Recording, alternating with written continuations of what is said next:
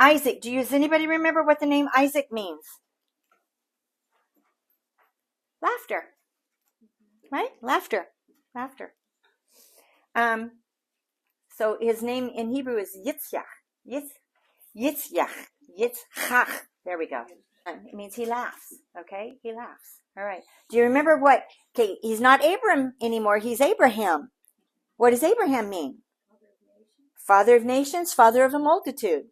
Okay, father of, in other words, he's had no children until he's 90, and then God says, no, not that one. This one is your unique only son, right? Okay, so Abraham means father of a multitude. So that's where we're going to pick up this story. So God goes to Abraham and he says, Father of nations, I want you to get and I want you to go. I want you to take your son and I want you to bring him up to me. Your only son. Which means was he his only son? He was his only unique son. Solitary. Okay? Unique, solitary, only son. He had Ishmael, but he wasn't the son of promise. Isaac was, through Sarah. Right? Okay. So he says, I want you to take, is he like a boy? Is he your age? Probably older than that. I seriously believe he was older than a teenager. I really do. I think he was in his mid-20s. Yeah. I think he was a young man. I think he was an adult. Okay, I do. And even if he was a young boy, if Abram's 120, I don't know. Miles, you think you could wrestle a 120-year-old? Yeah. Yeah, I do too. Okay? All right? I do too. Yeah. Oh, could you win? Yeah. You know, there's that youth, right? Okay. Especially if you knew what was coming. Okay, all right. So he says to him, he says, take your only son. Take your son, your only son, your unique son, whom you, and then he adds 1, 2, 3, whom you love. Wow. Isaac. Now he's going to name him. And I want you to go to Moriah. Moriah means chosen by God, chosen by Yah. Okay? And there you are to bring him to me. You are to give him to me as a burnt offering. Is God ever going to ask? Wrong question. No, I'm going to ask it. Is God ever going to ask you to do that? He might.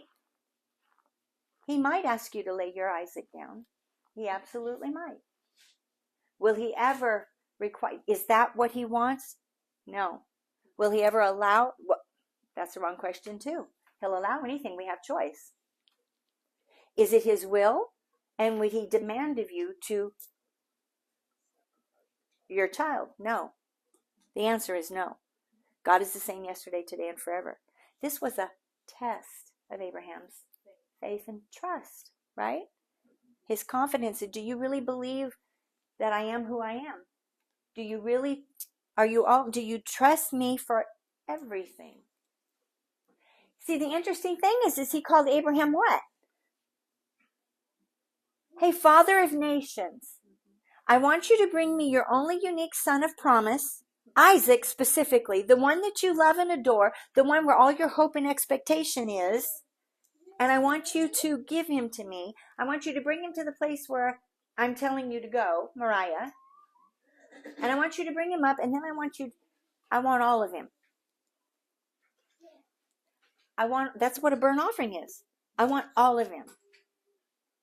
See, you need to get to the place, adults now, I'm talking to adults, sorry, children's. You need to get to the place where, well, no, you children's too, where you offer yourself up as a burnt offering. What that means is all in. Every part of you. Every part of you. Okay? Every part of you.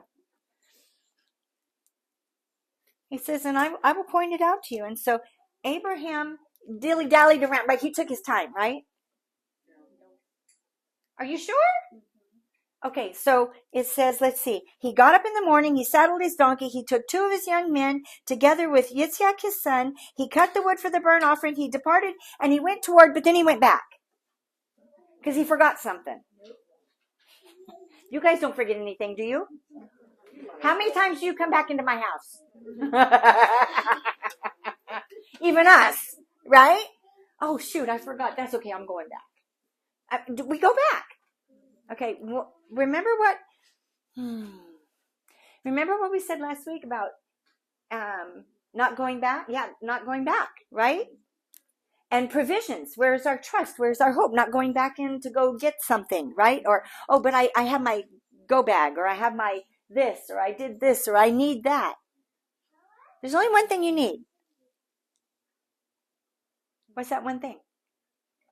Yeah. Faith in God. Yeah, faith. Trust in an almighty God, right?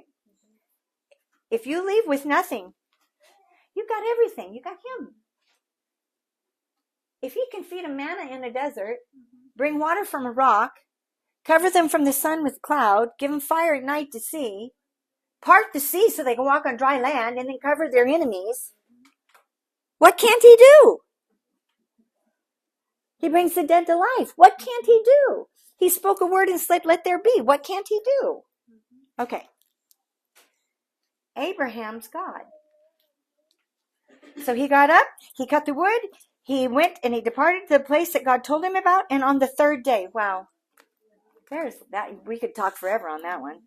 On the 3rd day, Abraham raised his eyes and he saw the place in the distance, and he said to his young men with him, you guys, you stay here with the donkey. And the boy, my son and I, right? The boy and I. We're gonna go. What are we gonna go do? We're gonna go worship, and then we're gonna come back. Right? We're gonna go worship, and then we're gonna return. We're gonna go. We're gonna worship, and then we're gonna come back. Is that a statement of faith? Yes, it is.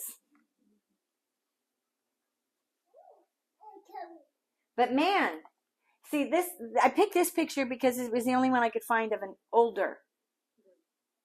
Everyone shows a little boy, like 7, 8 years old. I'm sorry, I don't believe that. So here we go. Here's this young man. Here's the fire. Does it say Abraham? Abraham took fire, and Abraham took a knife. Do you think Isaac knew what was going to happen? Yes. No. No. No. How do I know? Isaac spoke to Abraham, his father. And he said, well, first let me back up to verse 6. Abraham took the wood for the burnt offering. He laid it on his son. Okay, there's a picture. Okay, it wasn't a cross that was laid on Jesus. It was the beam. The bars are already in place. It's the beam that's lifted up and dropped. That's painful. Okay, it was the beam that was lifted. What was laid on Yeshua's back? The beam. Not the whole cross, the beam. What's on Isaac's back? The wood. The wood that he's going to be offered on. Yeshua is carrying the wood that he's going to be offered on. What a picture. Okay. All right. And then Yitzhak spoke to Abraham, his father. He goes, my father. And he said, Hineni, Bini. See, Ben is son. Bini is my son. Hineni, Bini. Here I am, my son. And he said, my father. He goes, here I am, my son. I see the fire. I see the wood. They build the altar when they get there. Stones, not hammered. They have to be untouched by man's hand, other than putting them, stacking them. But they can't be molded and, oh, we need it perfect. We're going to cut it and have it fit. That's not what he asked. He didn't ask for you to come perfect. He'll perfect you. He'll transform you. He says, my father, here I am, my son. I see the fire, I see the wood, but where's the lamb for the burnt offering? And Abraham replied with all the face he could. For 3 days he's walking toward a place God's told him to do. For 3 days, he doesn't know what's going to happen, but he knows this is my son of promise, right? This is the son God promised me. This is the son God promised me. This is the son that God said I'm going to make nations. This is the son that he said, I'm going to bless you, Abraham. So I don't know how you're going to see. This is the last. I don't know how you're going to do it, God. But I'm going to go where you send me. I'm going to step in faith to what you've asked me to do. And you're going to come through. I don't know how you're going to do it. I don't understand. Remember, I've told you a whole lot of times God's told me to do something. And I'm like, that's contrary to his word. Killing his son is contrary to God. Any way you look at it. God's never going to ask us to sacrifice a child. Not going to happen. Many times I have been told to step out and go do something without the understanding going, this is not, okay. Oh, now I see. Okay? You got to step out in faith. You've got to obey. Faith comes before you get understanding. If you understand, it's not faith. Okay? Children, you understand? So we can have some understanding, and we should hold on to the understanding from the lessons we learn. But to do something God asks us to do means we trust without knowing why, without understanding, or knowing how he's going to do it. Okay? All right. So that's what Abraham does. He says to him, I love it. He says, Abraham, father of nations. And he goes, Hineni. Oh, heck no. Hineni. He's got a knife in his hand. His son's on the altar. Oh, now let's backtrack. Do you think there was a fight? You mean Isaac chose to lay down on an altar to be killed? He trusted his father. Now I think something transpired between the time that his father said God will provide for himself a sacrifice. I'm sure the whole time they were traveling, he's telling his son all about his promise. He's telling his son, remind God of his word. And he's telling his son, God, you said this was going to be my child. Isaac, you're the son of promise. Isaac, God is going to bless you. He's going to make a great nation out of you. He's talking to his son, all three. You don't think he walked in silence, do you? He's talking to his son. He's telling him, right? He's telling him all these things.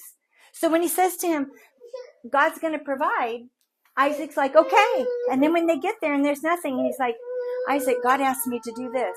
Okay, Dad, let's do it. Okay, Dad, let's do it. Now Abraham's God, we know beyond a shadow of a doubt, is the God of Abraham, Isaac. Isaac's all in. I don't know how he's going to do it either, Dad, but I trust you and I trust him. And you trust him, therefore I trust him. Your God is my God. I'm here because of him. I'm the promise. I'm the chosen seed. I'm the chosen unique son. So, okay.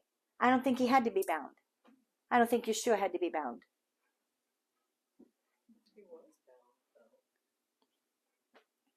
But I don't think he had to be.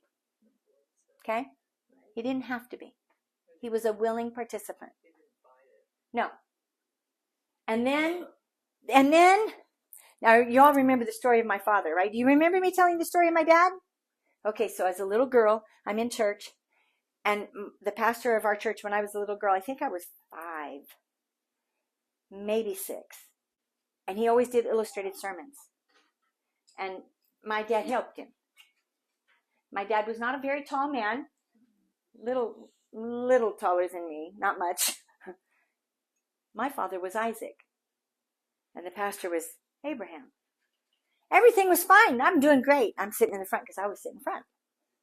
I'm doing fine. And my dad lays down on the altar. I'm doing okay. And that pastor reaches up with that knife. Don't kill my daddy! I ruined the whole illustration. Did I? No, it was real. Okay? So the point was made. No, it's real. Okay. Yeah, it freaked me out. Ooh, well, though, if then I would have been telling everybody it's okay. It would have ruined the effect, right? It's okay. It's okay. My father's going to be okay. Well, yeah, then maybe. At any rate, the knife's in the air. He's going to act on what God told him to do. Still not with full comprehension. Wow, that's a lot. And Abraham, Hineni, right? Okay, it wasn't a Hineni. No, it was, yeah, what? Yeah, I'm here. What? And here's the best part. He says, don't lay your hand on the boy. He's still his boy. I don't care. He's still a boy. It's a term of endearment. Don't do anything to him, for now I know that you are a man who fears God, because you have not withheld your son, your only son, your unique, solitary son, from me. Abraham raised his eyes and looked, and there behind him was a ram caught into what? Yeah, in the bushes by its horn. And Abraham went and took the ram and offered it up as a burnt offering to the place in place of his son.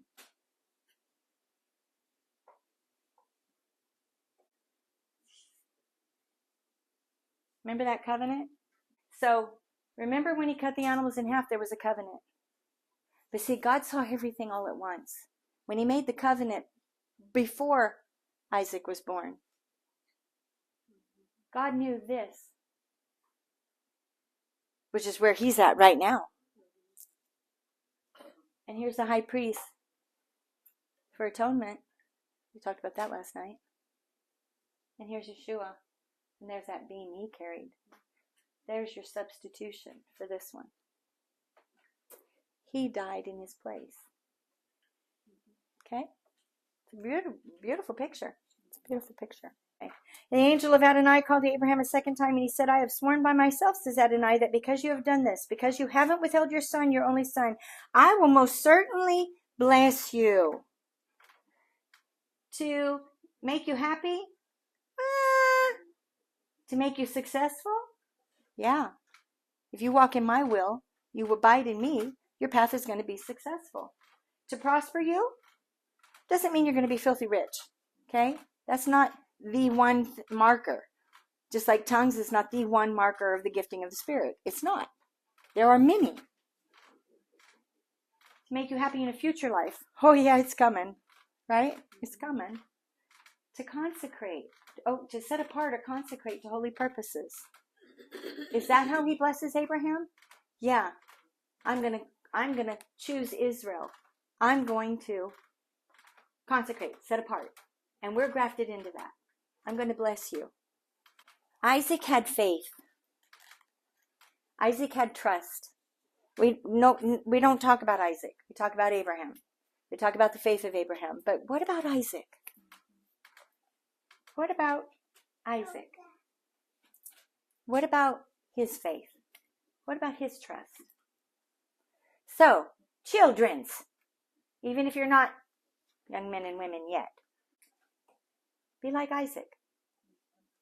Trust the God of your parents. Trust God. Let him not just be the God of Abraham, let him be your God, right? Okay. Sometimes God's going to ask you to do something that doesn't sound quite right. He's not going to do that if you're going on your way and you're really not in the Word. You don't have a prayer life, okay? If you're just coming to him, he's not going to ask you to do something like that. You have to be see, Abraham was abiding. Abraham walked with God. He's not going to ask that of you unless you're mature enough to handle it. Okay? So what I'm going to tell you is grow up, kids. We really don't want you growing up fast, but at the same time, we want you to grow up. Okay? So grow up like Isaac.